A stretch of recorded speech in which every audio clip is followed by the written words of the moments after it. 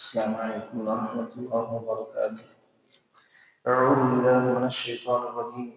بسم الله الرحمن الرحيم. اعلموا அறிந்து கொள்ளுங்கள் أن الله شديد العقاب وأن الله غفور رحيم.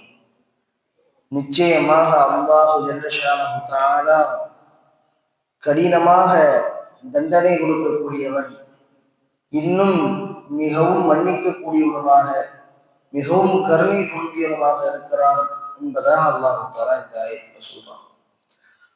இந்த இடத்துல அல்லாஹ் கூறிய சட்டதிட்டங்களை எடுத்து நடங்க, இன்னும் அவனுக்கு எந்த வஸ்துக்களையும் இணை வைக்காதீர்கள், அவனது தண்டனை ரொம்ப மோசமானது என்று அல்லாஹ் தஆலா சொல்கிறான். இன்னொரு இடத்துல அல்லாஹ் சொல்றான் சூரத்துல் புரூஜ்ல, இன்ன பத்ஷ ரப்பிக லஷதீத், என் பிடி ரொம்ப கடினமானதுங்க. இன்ன பத்ஷ ரப்பிக லஷதீத், என் பிடி ரொம்ப கடினமானது. நான் ஒரு மனிதரை அவரது பாவத்திற்காக வேண்டி தண்டிக்க நினைத்தால், அல்லாஹ் குர்ஆன்ல சொல்றான், நான் ஒருவரை ஒரு பாவத்துக்காக வேண்டி தண்டிக்க நினைத்தால், வலவ் யுஆஹிதுல்லாஹு الناس بظلمهم ما ترك عليها من دابة, உலகத்துல எந்த வஸ்துவுமே இருக்காது.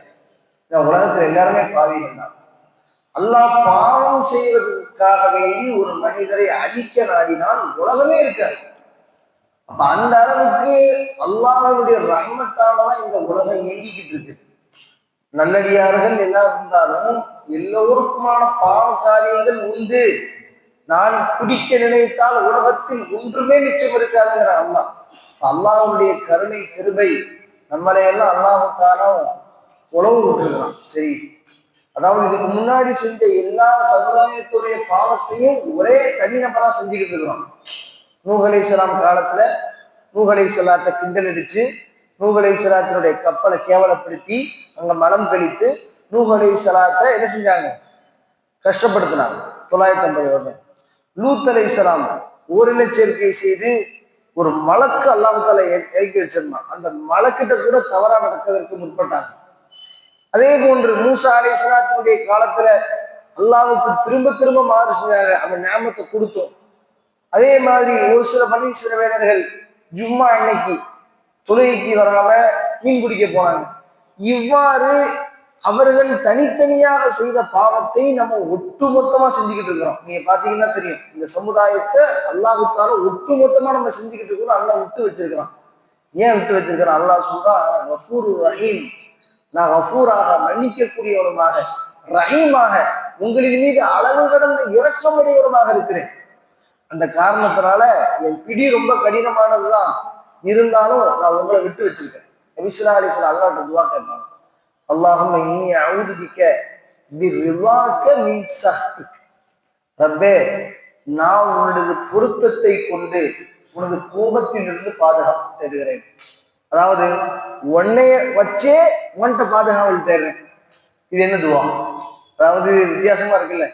எல்லா படைப்பினங்களின் தீங்கிலிருந்து என்னை பாதுகாரு, திடீர் விபத்துகளில் இருந்து பாதுகாரு, பலாய் முசீபத்துகளில் இருந்து பாதுகாரு, ஷைத்தானுடைய தீங்கிலிருந்து பாதுகாருன்னா அது ஒரு லாஜிக் இருக்குது.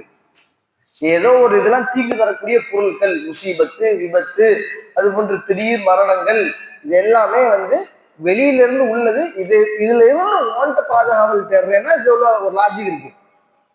ஓன்ட்ட இருந்தே ஓன்ட்ட பாதுகாவல் தேடுறேன்னா இது எப்படி? இல்லாட்ட ரெண்டு தன்மை இருக்கு. அவனுடைய கடின சித்தம் ஜலாலியத்துன்னு சொல்லுவாங்க. ஜலாலியத்து, ஜமாலியத்து. ஜலாலியத்துனா இருக்க பிடிப்பவன், அவன் பிடிச்சா அவ்வளவுதான், நகர முடியாது, அந்த அளவுக்கு தண்டனை கொடுக்கக்கூடியவன் அப்படின்னு இருக்குதுல. இதெல்லாம் ஜலாலியத்து தன்மை.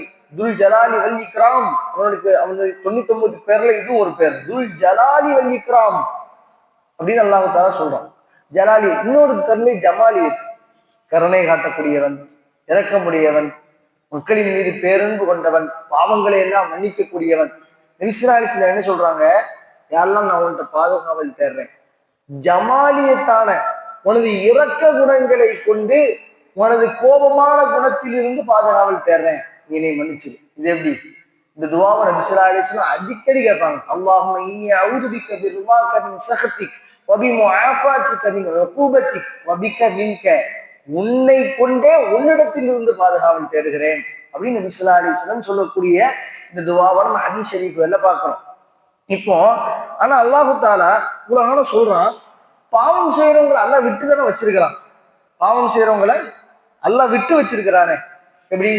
இப்போ ஒருத்தர் ஏமாத்துறாரு, ஒருத்தருடைய சொத்தை அபகரிச்சு நல்லா தானே வாழ்றாரு, நல்ல வீடு மாளிகை எல்லாம் கட்டி நல்லா ஜம்முன்னு தானே இருக்கிறாரு. அதே மாதிரி வட்டி அழிஞ்சிரும் சொல்றீங்க, குர்ஆன் அல்லாஹ் சொல்றான், வட்டியை நான் அழித்தே தீருவேன் அப்படிங்கிறான், அழிச்சிருவேன் அப்படிங்கிறான். யார் வட்டி வாங்குவாரோ அவர் என்னோட போர் செய்வதற்கு சமம்ங்கிறீங்க, குர்ஆன் அல்லாஹ் சொல்றான். இதை நம்ம எடுத்து சொல்றோம். அப்போ வட்டி வாங்குறவங்க நல்லா தானே இருக்கிறாங்க, நல்லா வீடு வாசல் ஜம்முன்னு எல்லாம் நல்லா இருக்கிறாங்க. நீங்க சும்மா ஏதாவது ஒண்ணு அப்படி ஆயிரு இப்படி ஆயிரு. அதாவது அல்லாஹ் நபி ஸல்லல்லாஹு அலைஹி வஸல்லம் சொல்றாங்க, இன்னல்லாஹ லயம்லில் வாலிம். நிச்சயமாக அல்லாஹ் தஆலா அநியாயம் செய்யக்கூடியவங்களை விட்டு வச்சுக்கிட்டே வரும். நபி ஸல்லல்லாஹு அலைஹி வஸல்லம் சொல்றாங்க, விட்டுக்கிட்டே வந்து அல்லாஹ் தஆலா பிடிப்பான். பிடிக்கும் பொழுது அவன் பிடிக்கிற புடியில அவன் தப்பவே முடியாது. அப்படி ஒரு புடி பிடிப்பான்.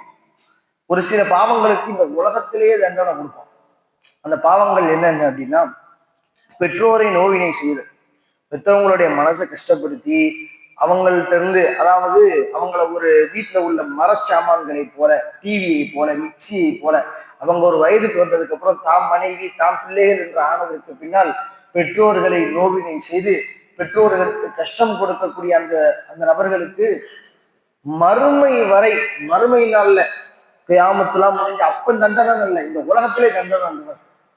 இந்த உலகத்திலேயே அவன் நினைப்பான் நம்ம பெற்றவங்கள்ட்ட இருந்து சொத்து கிடைச்சிருச்சு, அதனாலதான் நம்ம அடிக்கடி சொல்லுவோம், இஸ்லாத்தின் சொத்து பிரிக்கக்கூடிய முறையில் இருக்குது. இதான் தலைப்புக்கு அப்பாற்பட்ட தலைப்பு தான், இதான் சொல்லுவோம். சொத்து பிரிக்கக்கூடிய முறை இருக்குது இல்ல, தன் கண்ணுக்கு பின்னால் தான் சொத்து பிரிக்கணும்னு வசியத்து செஞ்சுட்டு போகணும். இதுதான் முறை. அவர் வசியத்து செய்யறாரோ வசியத்து செய்யலையோ இதுதான் முறை.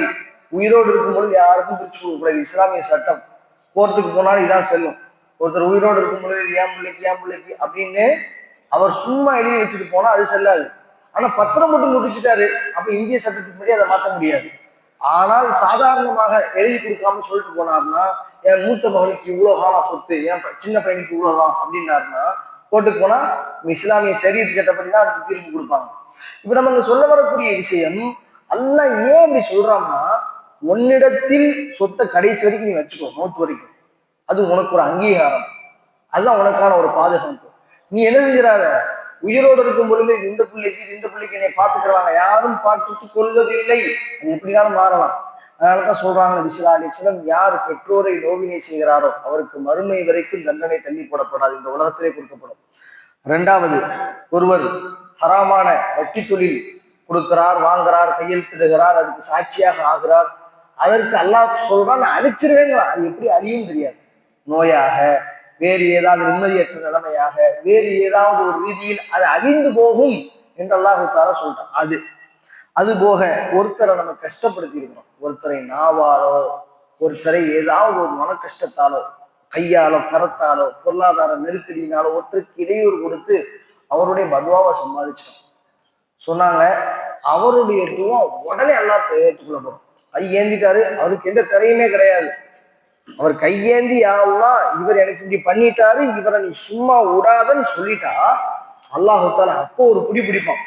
அதனாலதான் இந்த இடத்துல அல்லாஹ் சொல்றான், என்னுடைய பிடி, என்னுடைய தண்டனை ரொம்ப கடினமானது சொல்லிட்டு அன்னல்லாஹ கஃபூருர் ரஹீம். இருந்தாலும் யார் என் சொல் பேச்சை கேட்டு இருக்கிறாங்களோ, யார் இந்த பாவங்கள்ல இருந்துலாம் தவிர்ந்து வாழ்றாங்களோ அவங்க மேல நான் அளவு கடந்த அன்பு வச்சிருக்கேன், அளவு கடந்த கருணை காட்டுறேன். உலகானம் நான் யார் தெரியுமா அப்படின்னு அல்லாஹ் தஆலா இதையே தூக்கி சொல்லிட்டு அவங்க மேல அளவு கடந்த அன்பு வச்சிருக்கேன். ஷைத்தானுக்கு அதாவது ஷைத்தான் ஏன் அல்லாஹ்வை எதிர்த்து பேசிட்டு வந்தான் அப்படிங்கிறதுக்கு விளக்கம் சொல்றாங்க. மறுமை நாள்ல அல்லாஹ்வுடைய அரிசியில ஒரு வார்த்தையை பொறிக்கப்பட்டிருக்கு, ரஹ்மத்தி வசிஅத் குல்ல ஷை. அல்லாஹ்வினுடைய ரஹ்மத்து உலகத்தின் எல்லா வஸ்துவை விட பெருசு. அல்லாஹ்வுடைய கோபத்தை விட அல்லாஹ்வுடைய ரஹ்மத்து பெருசு. அது அல்லாஹ்வுடைய அந்த சிம்மாசனத்தின் கீழே இருக்கு. இது ஷைத்தானுக்கு தெரியும். மறுமையில அவனுக்கு ஒரு நம்பிக்கை இருக்கான். இத்தனை பேர்த்த வழிகெடுத்து ஆதம் அலைஹிஸ்ஸலாத்தை சொர்க்கத்திலிருந்து வெளியேற்றி இதுவரைக்கும் நம்மளை வழிகெடுத்துக்கிட்டு கியாமத் நாள் வரைக்கும் பிறக்கக்கூடிய எல்லா பிள்ளைகளையும் வழிகெடுக்கக்கூடிய அந்த ஷைத்தானுக்கு ஒரு நம்பிக்கை இருக்கான். மறுமை நாள்ல வந்தா அல்லாஹ் என்னைய மன்னிச்சிருவான். ஏன்னா அவன் ரஹமத், அவன் ரஹ்மான், அவன் ரஹீம், அவன் அவையிலே மன்னிப்பான்னு ஷைத்தான் நம்பிக்கிட்டு இருக்கிறான். அந்த ஒரு தைரியத்துல இன்ன வரைக்கும் ஷைத்தான் வழிகெடுத்துக்கிட்டு இருக்கிறான். ஆனா நம்ம ஓதுறோம்ல அல்ஹம்துலில்லாஹ் ரப்பில் அர் ரஹ்மான் ரஹீம். அர் ரஹ்மான்னா என்ன அர்த்தம்னா அதுவும் கருணை காட்டக்கூடியவன் தான், ரஹீம்னாலும் கருணை காட்டக்கூடியவன் தான். ரெண்டுத்துக்கு எந்த வித்தியாசமும் கிடையாது, ரஹ்மான் ரஹீம். ஆனா ரஹ்மான்னா என்னன்னா உலகத்துல பாரபட்சம் பார்க்காம முஸ்லிம்கள், காஃபிர்கள், யகூதிகள், நஸ்ரானிகள் எல்லாத்துக்குமே கருணை காட்டுவோம். ஒருத்தர் முஷ்ரிக்கா இருக்கிறார், அவர் உழைக்கிறாரு, உண்மையா இருக்கிறார், அவருக்கு எல்லாம் கருணை காட்டுவோம். அவரையும் எல்லாம் ஒருத்தர் நல்ல நிலைமையில வச்சிருப்போம். 5 நேரம் தொழுகிறனுங்க, எனக்கு ஒரு நல்ல ஒரு விடியல் பிறக்க மாட்டேங்குது, அங்க ஒருத்தர் எல்லா விதமான சிரிப்பு வைக்கிறாரு, அவரு வேற ஒரு இதுல சமுதாயத்துல இருக்கிறாரு, அவர் நல்லா இருக்கிறார். நல்லா சொல்றான் ரஹ்மான், உலகத்துல உள்ள எல்லாத்துக்கும் ரஹ்மானா இருக்கேன். ரஹீம் இருக்கே ரஹீம், மறுமையில முஸ்லிம்களுக்கு மட்டும், தன்னை ஏற்றுக்கொண்ட ஈமான் கொண்ட மூமின்களுக்கு மட்டும் கருணை காட்டக்கூடியவனுக்கு பேர் தான் ரஹீம். ரஹ்மான்னா யாரு? உலகத்துல உள்ள எல்லாத்துக்கும் கருணை காட்டக்கூடிய. இந்த இடத்துல அல்லாஹ் சொல்றான் ரஹீம், நான் உங்களின் மீது அல்லாஹ்வாகிய நான் நபி அளவு கடந்த அன்பும் கருணையும் உங்களை மன்னிக்கக்கூடியவருமாக இருக்கிறேன்னு சொல்லிட்டு மா அலர் ரசூல் இல்லல் பலாக், நபி ஸல்லல்லாஹு அலைஹி வஸல்லம் அவர்களுடைய விஷயம் என்பது எத்தி வைப்பதை தவிர வேறில்லை. எத்தி வைக்கிறதுதான் நபியினுடைய வேலை. என்னது? அவங்கள் எத்தி வைத்தும் கூட ஏற்றுக்கொள்ளாத நபர்களுக்கு இந்த தண்டனை சொல்லிட்டு வல்லாஹு யஅலம் மா துப்தூன வ மா தக்துமூன், நீங்கள் எதை வெளிப்படுத்தினீர்களோ, எதை மறைத்து வைத்திருக்கிறீர்களோ அனைத்தையும் அல்லாஹு தாலா அறிந்தவனாக இருக்கிறான் என்பதாக அல்லாஹு தாலா இந்த ஆயத்தை சொல்லுகிறான். இந்த ஆயத்துகளில் இருந்து எந்த படிப்பினை தரக்கூடிய விடயங்களை கேட்டிருக்கிறோமோ அதை வாழ்க்கையில் எடுத்து நடக்கக்கூடிய நல்ல தௌஃபீகை அல்லாஹ் நம்ம எல்லோருக்கும் தந்தருள் புரிவானாக.